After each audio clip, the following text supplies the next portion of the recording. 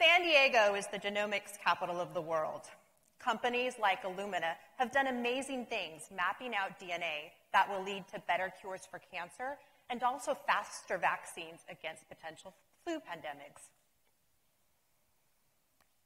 What's also exciting, a new technique called next-generation sequencing has brought down the price from thousands of dollars to hundreds of dollars so that consumers like me can learn what I inherited from these guys. Perhaps the most popular test is called 23andMe. For $200, you send in a vial of your spit, and you can learn everything from whether you might have the gene for being lactose intolerant, to whether you might be a deep sleeper, to whether you might have the genetic variants for certain diseases. I was thrilled at the idea of learning whether I might be able to freely eat cheese. But I wasn't so sure I wanted to know everything, especially diseases that have no cure, like Alzheimer's and Parkinson's disease. In fact, 23andMe recognizes that this information is so potentially upsetting that you are required to go to a separate screen to opt in whether you want those specific results, and you can change your mind later. My great-grandmother died of Alzheimer's disease at age 62. I grew up listening to stories of her wandering around town and how neighbors called my great-grandfather to go pick her up, and how she left pots of food on the stove.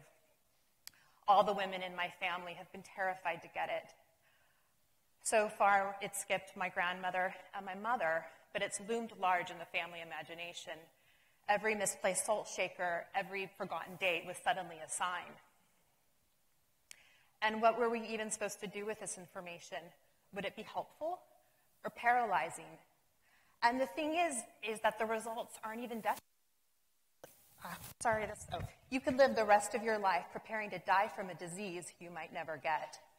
Already there's a meetup group of people with the gene who are frantically experimenting with different solutions to try to prevent it, from ketogenic to Mediterranean diets to calorie restriction to fasting.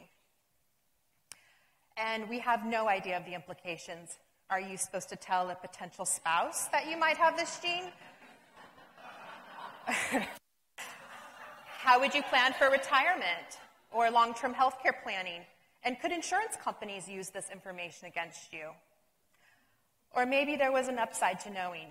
Maybe it would inspire an army of warriors who are going to organize 5Ks and raise money for research.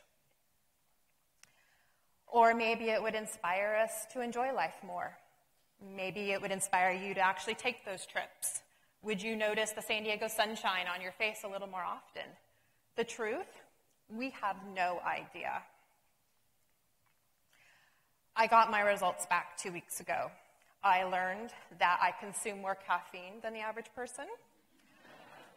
I have a longer big toe. And I also can smell the odor of asparagus in my urine. That is a genetic gift. I also learned that I do not have the genetic body composition that resembles that of an elite athlete. Thank you, 23andMe, for this inspiration. As for Alzheimer's, I have one of the two potential genes. It's what they call a slightly elevated risk. It means by age 85, I have a 27 to 30% chance of getting it. It would be 60% if I had had two. I cried when I got the results. And it was actually out of relief because it meant that even though I have a higher risk, I have a better chance of not getting it than getting it. And if I did, we're talking more than 40 years, way more than 40 years.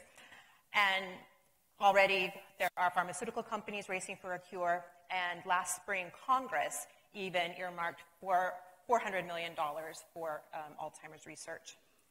And it's also a reminder from the universe to focus on taking charge of my health, to focus on family risks that I don't need a fancy genetic test to tell me about, like heart disease and diabetes. It's also a reminder that life is a mystery.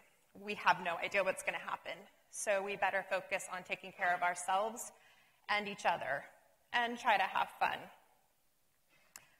We are at the beginning of an information revolution, and we're going to learn more about ourselves than we ever imagined.